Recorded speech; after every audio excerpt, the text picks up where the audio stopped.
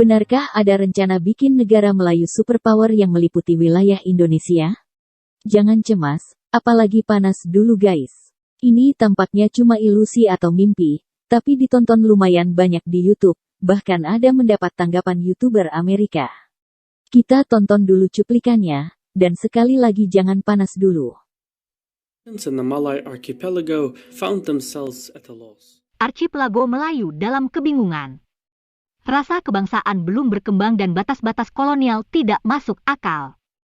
Yang lebih mengkhawatirkan, dengan adanya Cina di utara, India di barat, dan Angkatan Laut Amerika Serikat mendominasi lautan di sekelilingnya, kemerdekaan Asia Tenggara sama sekali tidak pasti. Bentuk konfederasi yang diusulkan menggabungkan sumber daya ekonomi, politik dan militer negara-negara di Archipelago Melayu, maksudnya adalah Nusantara, menjadi satu negara menuju negara super baru di Asia.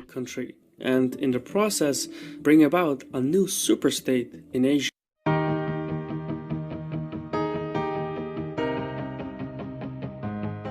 Tenang guys, inilah penjelasan mengenai impian muluk dan kosong seperti itu.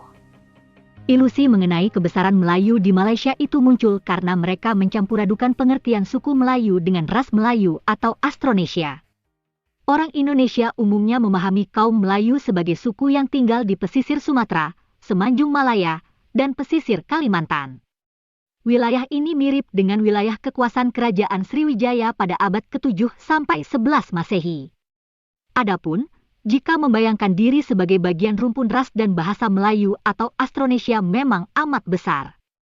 Penggolongan besar itu mula-mula dilakukan oleh ahli etnolinguistik Eropa di era penjajahan.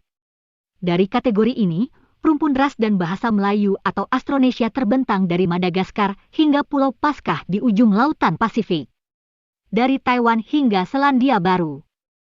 Jangan heran banyak buku dan tulisan di Malaysia yang menggambarkan dunia Melayu yang luas itu.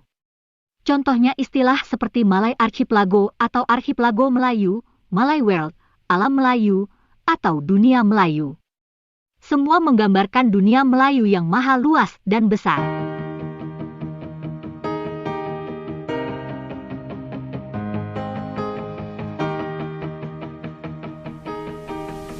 Lain halnya dengan pandangan Indonesia. Orang Indonesia umumnya lebih realistis. Orang Indonesia membedakan antara suku Melayu dengan ras Melayu atau Austronesia. Nyatanya ilusi tentang kebesaran Melayu menjadi kosong melompong karena identitas kesukuan di Nusantara amat kuat. Suku Sunda, suku Jawa, suku Bali, suku Batak, suku Minang, suku Dayak, suku Bugis, dan sebagainya punya bahasa daerah, adat, bahkan terkadang agama yang berbeda. Belum lagi bicara mengenai suku di kawasan Indonesia Timur yang termasuk ras Melanesia, dan bukan Austronesia. Itu sebabnya, Indonesia lebih mengembangkan konsep keindonesiaan, konsep Bhinneka Tunggal Ika, konsep satu bahasa Indonesia.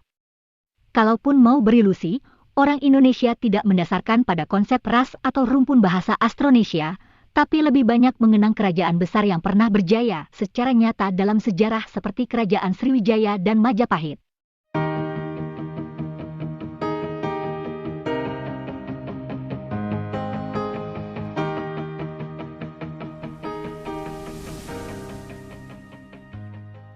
Sebagai konsep politik kesamaan rumpun ras Melayu juga telah gagal total. Konsep ini pertama kali dikembangkan oleh pahlawan Filipina Jose Rizal pada akhir abad ke-19.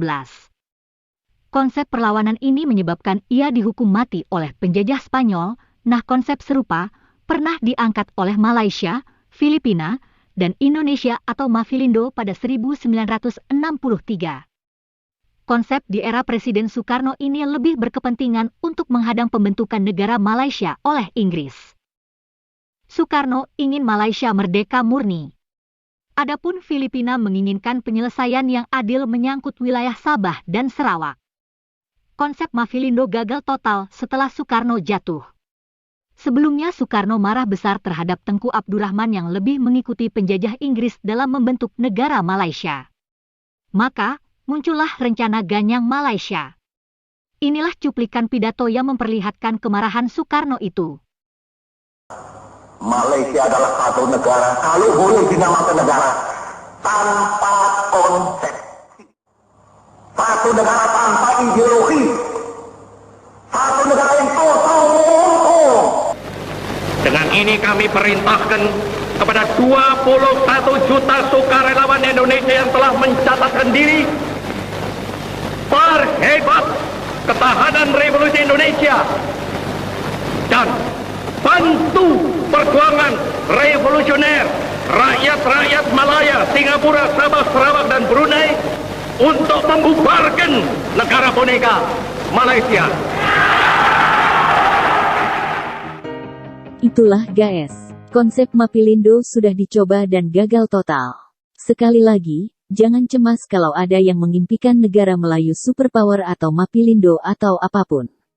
Itu hanya ilusi. Yang jelas Indonesia sebagai negara yang luas dengan penduduk yang besar bisa terus berjaya karena memiliki pondasi yang kokoh, mulai dari Sumpah Pemuda, sejarah luar biasa, Tentara Nasional Indonesia yang kuat, Pancasila, serta prinsip Bhinneka Tunggal Ika yang hebat.